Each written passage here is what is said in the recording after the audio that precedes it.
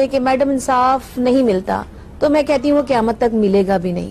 وجہ ہے اس کی، بہت بڑی وجہ ہے، کیونکہ ناانصافی اور ہماری جوڈیشری کا بیڑا غرق اس دن ہو گیا تھا جس دن فاطمہ زہرا علیہ السلام انصاف لینے کے لیے دربار گئیں اور ان کو انصاف نہیں ملا اور نعوذ باللہ ان کو جھٹلایا گیا ان کی گواہی کو. تو یہ جوڈیشری تو اس دن ہی بیڑا غرق ہو گئی تھی. اب میرے پہ چاہے فتویٰ لگا دیں یا جو مرضی کر دیں، آئی ڈیم کیئر. ولكن الله يسلط رسله على من يشاء والله على كل شيء قدير. اللہ فرماتا ہے کہ وہ مال جو اللہ تعالیٰ اپنے رسول کو ان کافروں سے بغیر جنگ کیے کہ عطا فرمائے، ان پر نہ تم نے گھوڑے دوڑائے اور نہ تم نے اونٹ دوڑائے، یعنی تم نے جنگ نہیں کی. اللہ تعالیٰ جس پر چاہتا ہے اپنے رسول کو مسلط کر دیتا ہے. تو جو مال، جو جگہ، جو زمین، جو ملک بغیر جنگ کے حاصل ہو اسے کیا کہتے ہیں؟ مالے، لفظ بولو، مالے فے. اب ہم دیکھیں گے کہ مالے فے کا قانون کیا ہے، مالے فے کو کدھر کریں گے. ذرا تھوڑا تاریخ میں آپ کو لے کے چلوں گا، تاریخی نقطہ نظر سے. رسول اللہ صلی اللہ علیہ وسلم کے جب تسلط میں یہ باغ آیا تو نبی کریم نے اس باغ کو اور اس کے ساتھ باقی 6 اور جگہیں تھیں جن کو اللہ تعالیٰ کے رسول نے خاص اپنے لیے ان کو رکھا. ان جگہوں کی ساری آمدنی رسول اللہ صلی اللہ علیہ وسلم کی ملکیت میں آتی تھی اور اللہ تعالیٰ کے حبیب اس مال کو، یہ جو باقی اموال تھے، ان کو جن مقاصد پر خرچ کرتے، ذرا وہ مقاصد سنیے. اپنی ذات پہ حضور خرچ کرتے، ازواج مطہرات کا خرچہ اسی سے ہوتا.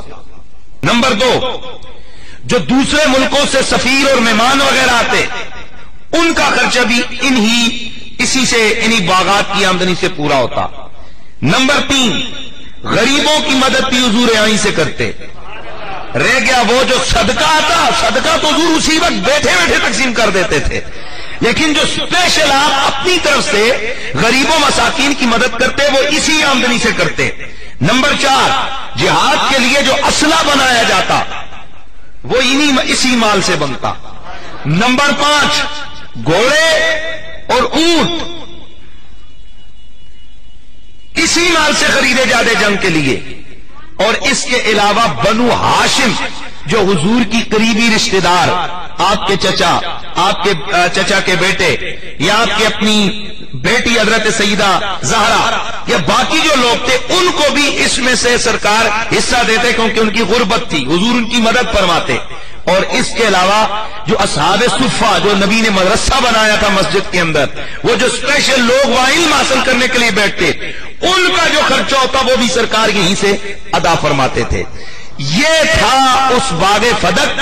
اور باقی جو 6 اور جگہیں تھیں ان کے مصارف اور جہاں سرکار اس کو خرچہ کرتے. اب ہم آئیے، ہم اہل سنت و جماعت کے نزدیک وہ جو مال فے ہے وہ رسول کی ملکیت میں ہے، اور وہ جو مال فے ہے وہ آگے ہبہ نہیں ہو سکتا. توجہ کرنا ہے، ٹرانسفر نہیں ہو سکتا. خرچہ تو کر سکتے ہیں لیکن جو پراپرٹی ہے وہ سلطنت اسلامیہ کی رہے گی. توجہ فرمائیے، اس کو بڑی اہم بات کرنے لگا ہوں. لیکن ہم شیعہ حضرات کی تفاسیر میں دیکھتے ہیں تو تفسیر صافی جلد نمبر 5 آیت یسألونک عن الانفال کے تحت لکھا ہوا ہے کہ یہ جو مال فے ہوتا ہے وَهِيَ لِلرَّسُولِ، یہ رسول کے لیے ہوتا ہے. وَلِمَنْ قَامَ مَقَامَهُ بَعْدَهُ، اور رسول جب دنیا سے چلا جائے تو اس کے بعد جو ان کا قائم مقام ہوتا ہے اس کا ہوتا ہے. سبحان اللہ کی آواز آ جائے یار، سبحان اللہ کی آواز. یدعو حیث شاء، اللہ کا رسول جہاں مرضی اس کو خرچہ کرے. فَهُوَ لِلْإِمَامِ بَعْدَ الرَّسُولِ، رسول کے بعد جو اس کا نائب ہوتا ہے یہ پھر اس کا حق ہوتا ہے وہ جہاں مرضی خرچہ کرے. یہ کہاں سے پتا چلا بولیے؟ اور تفسیر منہج الصادقین میں لکھا ہے کہ یہ جو باغ فدق ہے یہ مال فے تھا. اور اسی طرح ناسخ التواریخ میں لکھا ہوا ہے کہ یہ کیا تھا بولیے؟ مال فے تھا. اب مال فے کا قانون یہ ہے کہ مال فے ٹرانسفر نہیں ہوتا.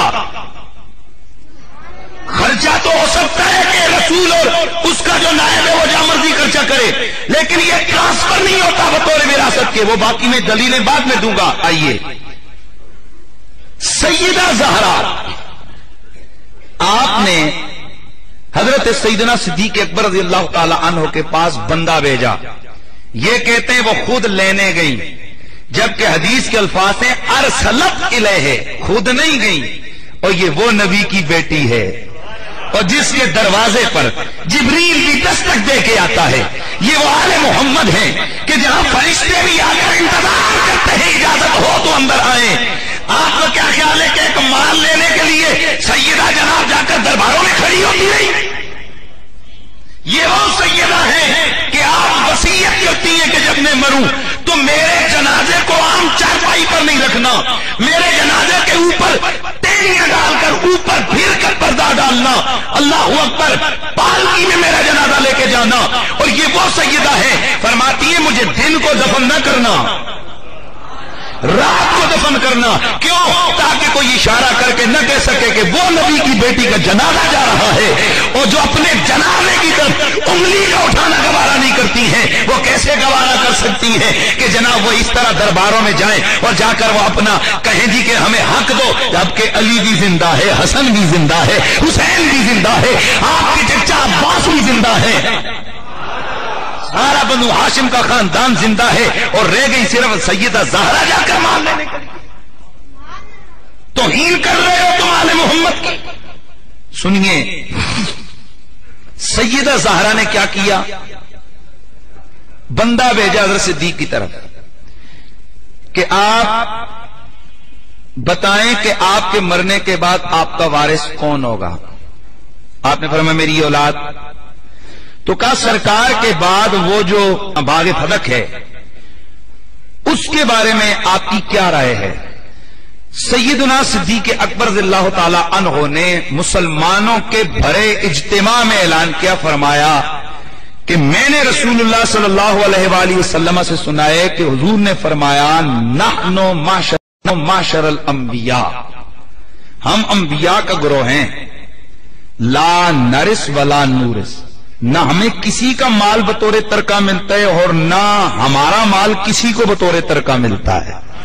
لہذا سیدہ یہ جو باغ فدق ہے میں آپ کو یہ ٹرانسفر نہیں کر سکتا, بلکہ میں اس کے ساتھ وہی سلوک کروں گا جو رسول اللہ کے دور میں تھا. کہا کیا؟ کہا جو آپ کا حق تھا آپ کو ملے گا, جو ازواج کا حق تھا ازواج مطہرات کو ملے گا, جو بنو ہاشم کا حق تھا وہ انہیں ملے گا, اور جو باقی سلطنت کے کاموں میں خرچ ہوتا تھا وہ ادھر ہوگا.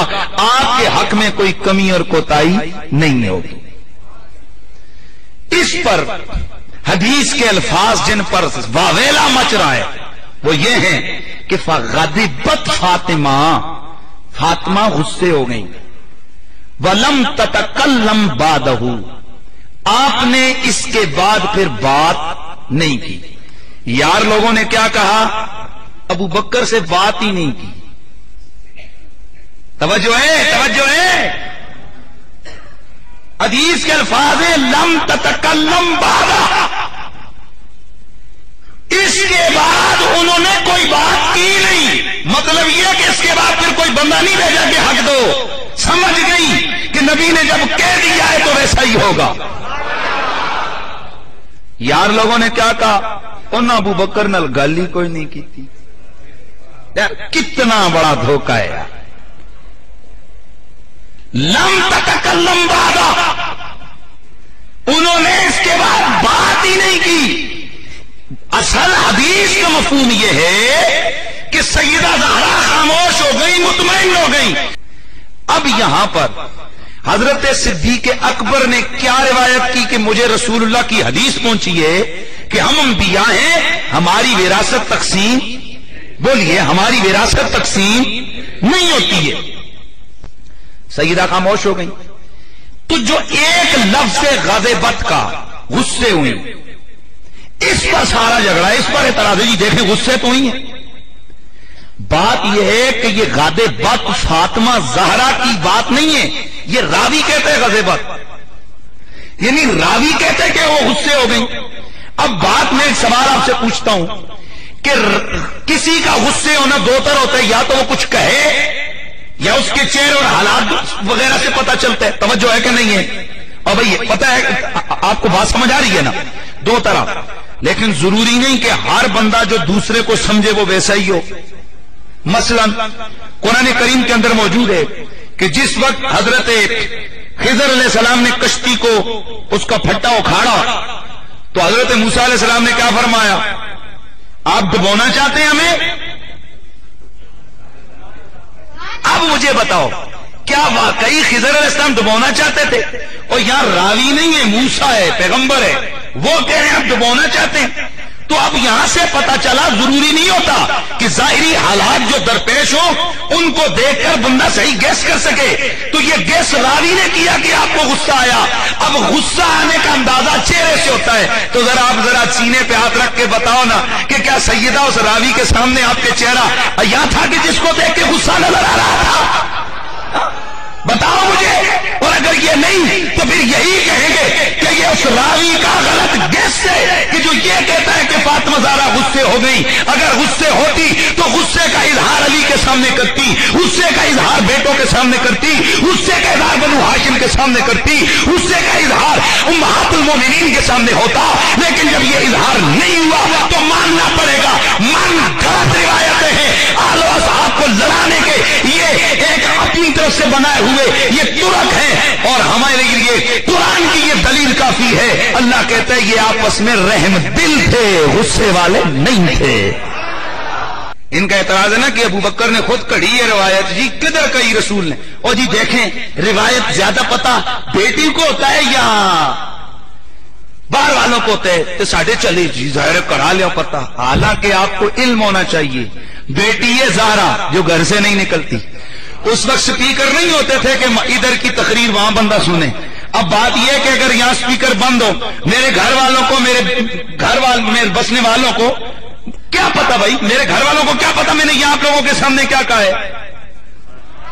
اور پھر اگر یہ من گھڑت تھی تو جو ہزاروں صحابہ بیٹھ کے سن رہے ہیں ان میں سے ایک نے بھی نہیں کہا کہ یہ غلط ہے، علی بھی نہیں بولے کہ غلط ہے، عمر بھی نہیں بولے کہ غلط ہے، باقی بنو ہاشم بھی نہیں بولے کہ غلط ہے۔ اور پھر میں ذرا ایک بات عرض کرنا چاہتا ہوں، آپ کی بہت ساری روایات میں کہ نبی نے یہ ہبہ کر دیا۔ کیا کر دیا؟ یہ بات کیا کر دیا؟ ہبہ۔ اور اس کے اوپر ان کی تفاسیر میں لکھا ہوا ہے وَآتِ ذَل قُرْبَى حَقَّهُ۔ میں ذرا اس کا دیکھنے ذرا کیسے دلیل کا پڑھا چوڑاتا ہوں۔ کیا لکھا ہے؟ وَآتِ ذَل قُرْبَى، سورہ بنی اسرائیل اور سورہ روم، یہ آیت ہے کہ قرابت داروں کو حق دو۔ ان کی تفاسیر میں لکھا ہوا ہے کہ رسول اللہ نے فاطمہ کو بلایا اور بلا کر کہا کہ یہ لے فاطمہ میں نے باغ فدق تجھے دیا، اِنَّا لِلَّهِ وَإِنَّا إِلَيْهِ رَاجِعُونَ۔ اور جھوٹ کے کوئی پام نہیں ہوتے ہیں صاحب۔ بات یہ ہے کہ یہ آیت تو مکی ہے، یہ آیت مکی ہے۔ اٹھاؤ جملہ تفاسیر کو، میں نے جو صادقین کو اٹھاؤ، باقی تفاسیر کو کمی کو اٹھاؤ، موجود ہے کہ یہ آتے ذل قربا کی یہ آیت مکی ہے۔ اور مکی آیت، مکی اگر آیت ہے تو باغ فتح ہوا ہے اور فتح کہاں آیا ہے؟ مدینے میں۔ خیبر کے بعد خندق، خیبر کے توجہ رکھنے، خیبر کے بعد بدر کے بعد احد کے بعد۔ حیرت کی بات ہے ابھی باغ فتح ہی نہیں ہوا، نبی نے پہلے دے دیا۔ بات سمجھیے، آپ کو دلیل ذہن میں آئیے کہ نہیں آئیے؟ تو جناب جھوٹ کے کوئی پاؤں نہیں ہوتے۔ اگر یہاں کہتے ہو چلو جی ایک منٹ دیکھنا بھی دوسرا رگڑا، نبی نے دے دیا تھا باغ؟ جی دے دیا تھا۔ میں نے کہا جب نبی نے دیا تو وہ ہدیہ ہوا نا، گفٹ۔ کیونکہ اپنی زندگی میں اگر کوئی باپ بیٹے کو کچھ دے اس کو گفٹ کہتے ہیں، اور اس کے وصال کے بعد جو ملے اس کو ترکہ اور وراثت کہتے ہیں۔ تو تم کبھی کہتے ہو کہ وراثت نہیں ملی، اور اگر گفٹ ہے تو وراثت نہیں، اور اگر وراثت ہے تو گفٹ کیسا؟ پہلے اس کو طے کرو کہ آیا یہ وراثت ہے یا گفٹ ہے۔ اگر تمہاری آتے ذل قربا کی دلیل کو دیکھیں تو تمہاری پہلی دلیل غلط ہے کہ نبی کی وراثت نہیں تقسیم کی گئی، نبی کی وراثت سے حصہ نہیں دیا گیا۔ اور اگر اس کو صحیح مانے تو یہ غلط، اور اس کو صحیح مانے تو وہ غلط ہے۔ فیصلہ تم کرو ان میں غلط کون ہے اور صحیح۔ اگلا آ گیا جی کہ نہیں، یہ ابو بکر نے اپنی طرف سے گڑھی ہے روایت کہ انبیاء کی وراثت نہیں ہوتی، میں نے کہا اگر آپ کی صحیح احادیث میں سے ہم نکال دیں کہ نبیوں کی وراثت نہیں ہوتی،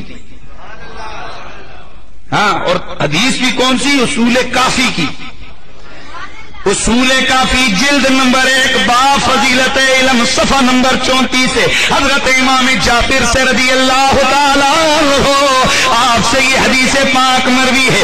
حضرت سیدنا جابر رضی اللہ تعالیٰ عنہ آپ فرماتے ہیں ان العلماء ورثۃ الانبیاء، او لوگو یہ علماء نبیوں کے وارث ہوتے ہیں، وذالک ان الانبیاء لم یورثوا درہمن ولا دینارن وانما اورثوا احادیث من احادیثہم۔ اے لوگوں سنو، ان نبیوں کی وراثت درہم و دنانیر نہیں ہوتے، مال و دولت ان کی وراثت نہیں ہوتی، ان کی وراثت علم ہوتا ہے۔ دوسری روایت اسی کے اندر، اور یہ قرب الاسناد کے اندر بھی یہ روایت موجود ہے، یہی امام جعفر و ائمہ کی روایت ہے۔ آپ فرماتے ہیں ان العلماء ورثۃ الانبیاء، او علماء نبیوں کے وارث ہیں، وان الانبیاء لم یورثوا دینارا ولا درہما لیکن ورثوا العلم۔ نبیوں کی وراثت نہ خزانہ ہوتا ہے، نہ مال ہوتا ہے، اور نہ درہم ہوتا ہے، نہ باغ ہوتا ہے، نبیوں کی وراثت ان کا علم ہوتا ہے۔ تو جب آپ کی حدیثوں میں موجود ہے تو اس میں ابو بکر نے کہاں سے گڑھی ہے؟ تو جب حدیث میں موجود ہے کہ نبی کی وراثت مال دولت نہیں ہوتا، نبی کی وراثت اس کا علم ہوتا ہے، تو صدیق نے کھڑے ہو کر جو ہزاروں صحابہ کے سامنے کہا کہ رسول اللہ کا یہ فرمان ہے کہ یہ جو مال ہے یہ بطور وراثت میں کسی کو نہیں دے سکتا، ہاں البتہ نبی کا خلیفہ ہوں، نبی کا نائب ہوں، وہی کروں گا جو رسول کرتے رہے۔ لیجیے صاحب، صدیق نے فاطمہ زہرا کو ان کا حصہ دیا، ازواج مطہرات کو ان کا حصہ دیا، باقی بنو ہاشم کو ان کا حصہ دیا۔ عمر کے دور میں یہی طریقہ، عثمان کے دور میں یہی طریقہ، علی کا دور آ گیا، لیجیے سینہ تھام کے، دل کو ذرا تھام کے رکھنا، علی کا دور ہے، نظریں لگ گئی، علی فیصلہ بدل دو، کیونکہ رسول کا فرمان ہے الحق ہے خدارا علی، حق آگے آگے ہوتا ہے، لوگ اس کے پیچھے پیچھے چلتے ہیں، پر علی کا معاملہ اور ہے، علی آگے آگے ہوتا ہے، حق علی کے پیچھے پیچھے چلتا ہے، الحق ہے خدارا علی، حق ادھر جدھر علی، اے علی آپ حق پہ فیصلہ کرنے والے ہیں، رسول نے قوت قضا آپ کے حصے میں کی ہے، میرے نبی نے فرمایا حکمت میری امت میں بٹی، اس میں سے 99 حصے علی کو مل گئی، اور ناقضہ امتی علی، علی میری امت کا سب سے سچا اور درست فیصلہ کرنے والا ہے۔ تو آئیے علی کو دیکھتے ہیں، علی نے کیا کیا؟ اے علی حق ہے آل محمد کا دو، اما بعد، ممبر پہ مولا علی، اما بعد میں وہی کام کروں گا جو مجھ سے پہلوں نے کیا ہے۔ سبحان اللہ کی آواز تو آ جائے، سبحان اللہ کی آواز تو آ جائے یار آپ کے پیٹ میں مروڑ اٹھتا ہے۔ علی مرتضیٰ کہتے ہیں حق آج امیر المومنین کا فیصلہ کل، علی جو کہہ دے کسی میں جرت کیا کہ چوچورا کرے، لیکن آپ نے کہا فرمایا میرا وہی فیصلہ جو ابو بکر کا، میرا وہی فیصلہ جو عمر کا، میرا وہی فیصلہ جو عثمان کا۔ ارے بات ختم، زہرا کا شوہر نہیں بولتا، حسنین کا بابا نہیں بولتا، امیر المومنین علی المرتضیٰ نہیں بولتے، تجھے آج 13ویں 14ویں صدی میں یاد آیا کہ حق کس کا؟ وراثت علمی ملی۔